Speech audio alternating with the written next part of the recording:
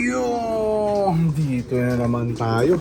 Tinamaan na lintik to mga jet fighter natin. May adeno. Ayan o. Nung linggo to na photo recording siguro. Ayan. Baka meron nagdala doon ng may adeno.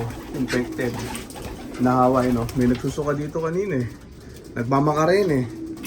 Ayan. Kinakain nila yung mga suka-suka. Meron dito yun. Nalata na eh no.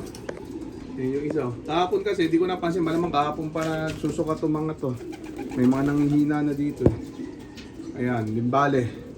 Painumin ko mamaya ng ano, TRO lower. Yun lang yung ginagamot ko sa adeno mga tropa.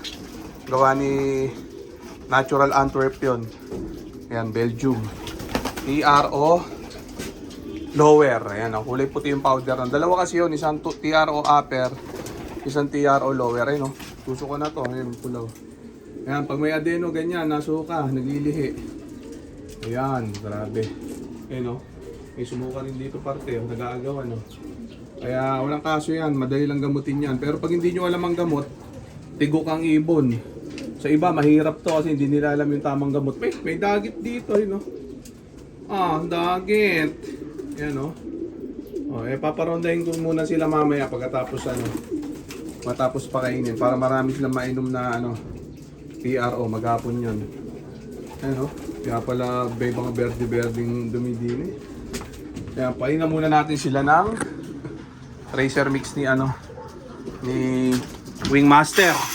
Ayan. Walang kaso yan. Kahit may adeno pinaparonda ko. Ang purpose nun para maraming mainom na gamot. Ayan. Konti lang ang kumain no. Yung mga yan, malamang hindi pa infected pero malapit na rin yan.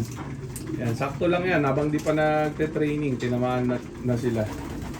Ayan o. Ito isa dagit o yun o. Dagit pala din awit. Ayan yung iba, ayaw kumain. Mga infected yung pala nagsusuka kanina.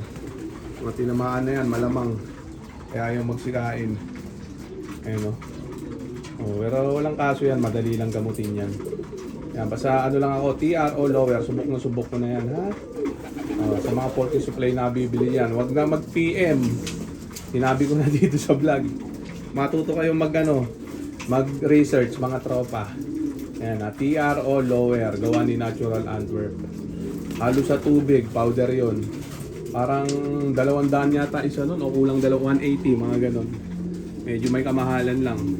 Pero siya, pang 60 birds na siya, isang timplahan. Pag kinapsule nyo, nakaka 62 na capsule, 62 pieces. Pwede nyo rin i-capsule, rekta sa bibig. Hindi naman sinusuka yung gamot na yun. Yung ibang kasing gamot, ang problema, sinusuka ng ibon. Yun ang ayaw ko sa ganun. Eto, hindi sinusuka ng ibon to, itong TRO. Goods sa goods to. Tapos nagaling agad ang sakit. Ayan ha. Pag gusto nyong gayahin nyo para damay-damay na. Yan, lagay ko na sila dito sa sa fly pen. Ayan o. Bali parang mga isang linggo ko silang 5 to 7 days gagamutin. Yan, puro TRO lower muna tayo. Wala muna kahit anong vitamins. Importante magamot muna tong virus sila. Ayan. Grabe. Adenovirus. Ito yung tinatawag na salmonella. Ayan. Tapos pinangalanan na rin na adenovirus. Ayan, ang komplikasyon salmonella. Ngayon ako, tama yun hindi man ako bet. Basta yun na yung nakasanayan simula noon. Ayan o.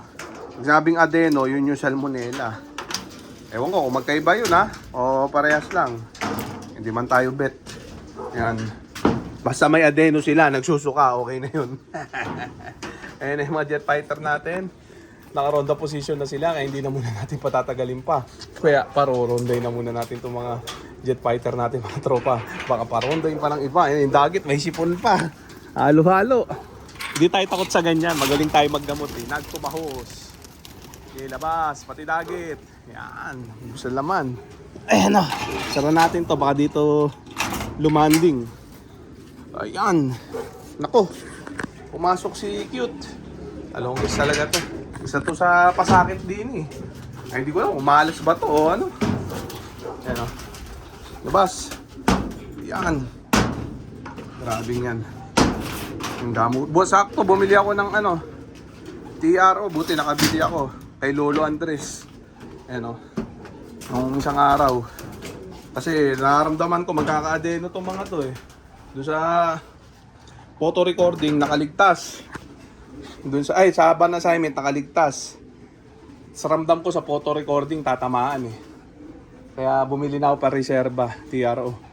Ayun, tinamaan nga, sakto. Di ba? Hindi pwedeng di ka tatamaan eh. Yung iba sabi, hindi daw tinatamaan ng adeno ibon nila. Siguro tinatamaan, di lang nila sinasabi, ay lang aminin. Tawag doon, literal na hambog. Ayan o. Yung mga kilala ko nga sa PHA, na Big Loop, tinatamaan din eh. Ayan na. Ewan ko lang, iba, ba't di sila tinatamaan? Ayan. Ako sa experience ko, kahit gaano kalakas ang ibon, pag nadikit sa may outbreak ng adeno, sigurado yan. Kawa yan. Kami nga sa PHA, bat assignment photo recording lang, katalon eh. Basta may nagdala doon na infected ng adeno sa loob, kahit na kasagsagan o pagaling na ng adeno. Sigurado yan, yung singaw ng ng ibon. Yung singaw ng ibon, yun. Pag nalanghap ng kabilang ibon sa kabilang training box, sigurado yan. Pero once na magkaroon naman na ng adeno, immune na yan, hindi na nauulit. Ewan ko sa iba sabi nauulit, pero sa akin parang isang beses nangyari sa akin yon. Last season, ganun. Nagka-adeno, tas mga nagka-adeno uli. Pero parang mild lang yun, mabilis lang ginamot. Siguro una kasi sobrang bilis ko maggamot, yung iba hindi tinamaan, kaya yung iba tinamaan nung ikalawa. Kaya mas maganda, mahawaan na lahat eh. Ganun din eh. Ayan o. Ayan, nagbabaan na yung iba. Maghapon yan, TRO. Walang palitan ng tubig, ng bukas yun. Yun yung painom ko sa kanila. TRO lower, gawa ni Natural Antwerp. Ayan, nagbabaan agad, wala sa kondisyon no. Wala pa 5 minuto, baba agad yung 3. Ay, ayos lang yan kasi may tama eh. Ayan o. Puro tama, walang mali. Ayan o.